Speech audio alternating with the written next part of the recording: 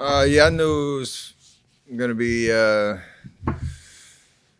interesting. How you can't really simulate that, and the practice or workouts and stuff. So it wasn't fun, but got through it and was able to keep keep warm and deal with the pain and just play. So it'll be something to manage in the near future, but it'll continue to heal as I get some more time.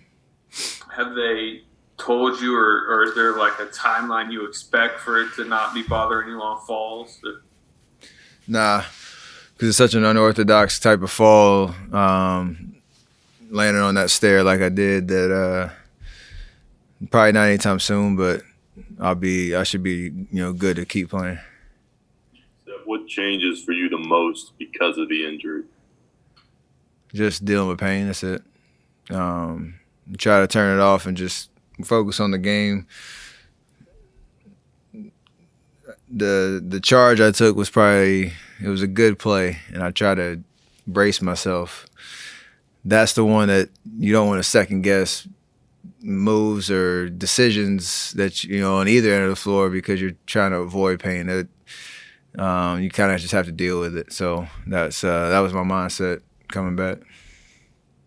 Steph, we saw you pretty heavily padded up coming out at halftime, warming up and whatnot. Can you take us through some of the treatments that you get during the game for this tailbone injury? Those are just hot packs, just to try to stay warm.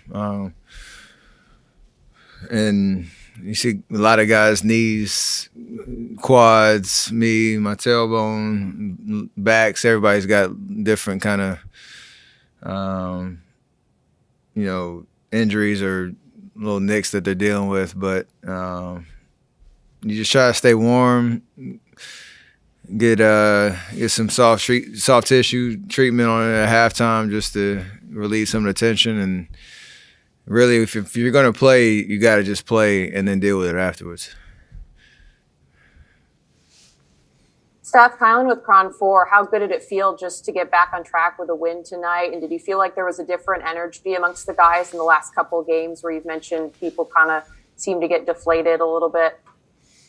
It was great. I hate missing games, and I know that the last 4 haven't really gone our way in terms of execution and energy, and again we just wanted to get back to the basketball we're capable of playing. Chicago was a good test. I don't know where they are in the standings, and they obviously brought over Vucevic, but they're a talented, tough team that plays really hard. So defensively, we had to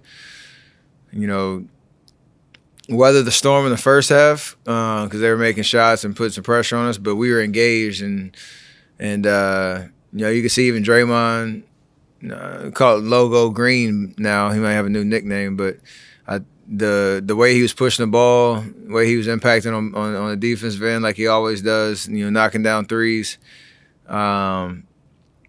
Kelly was unreal in terms of crashing the glass.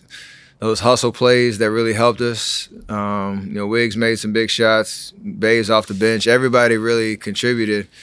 And even Wise, he played a very purposeful, intentional, physical game that he showed his presence. So it was awesome to see everybody, go out and do what they're supposed to do, play with high energy, and then the results pay off at the end.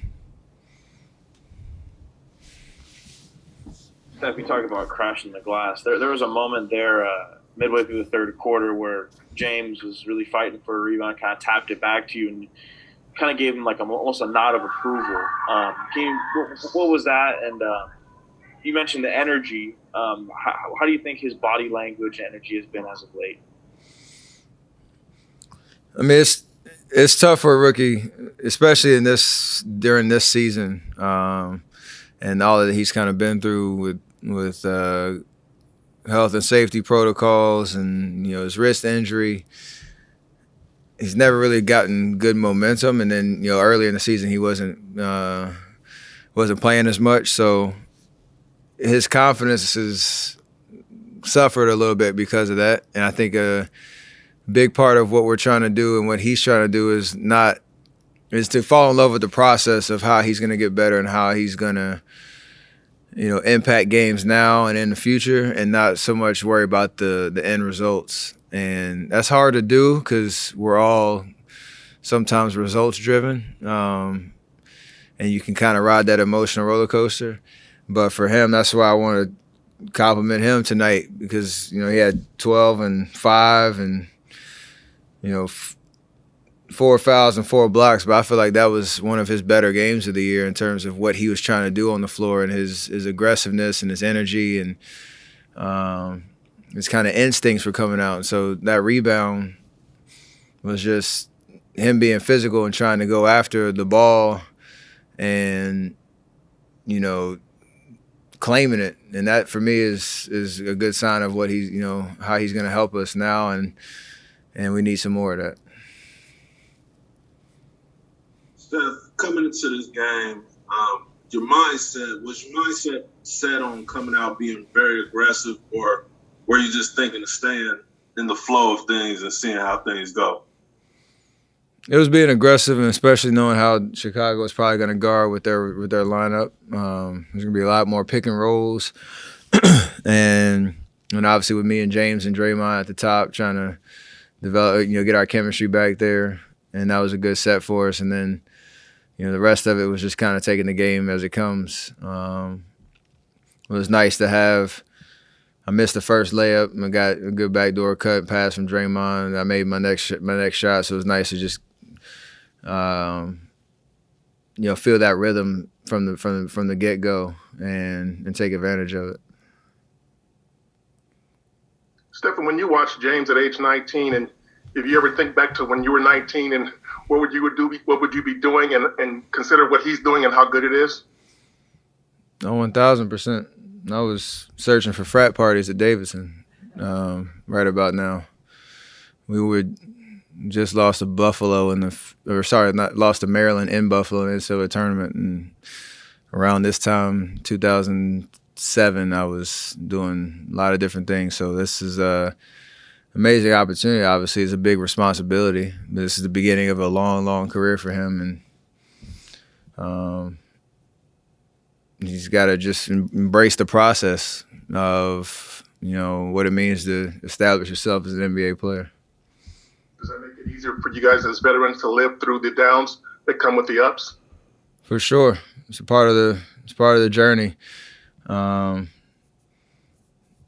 think. Even looking back to my rookie year, the expectations weren't very high. We were, 3 years removed from like the We Believe situation, and we won like 20-something games. So it was kind of a different, goal throughout the season. And he's thrown into one where, you expected to win, and there's that championship aroma still around, and there's always comparisons to other rookies at the top of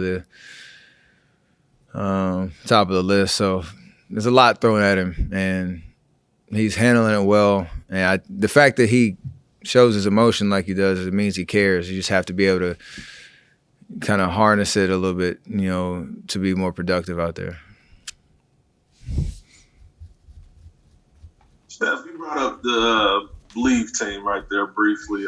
Baron Davis, I don't know if you've seen what he said about the Believe team would have beat, the team with you, Clay, Draymond, and KD in 7.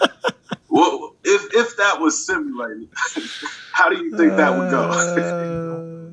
I love it. I expect nothing less from BD. That's the uber confidence right there. I love it.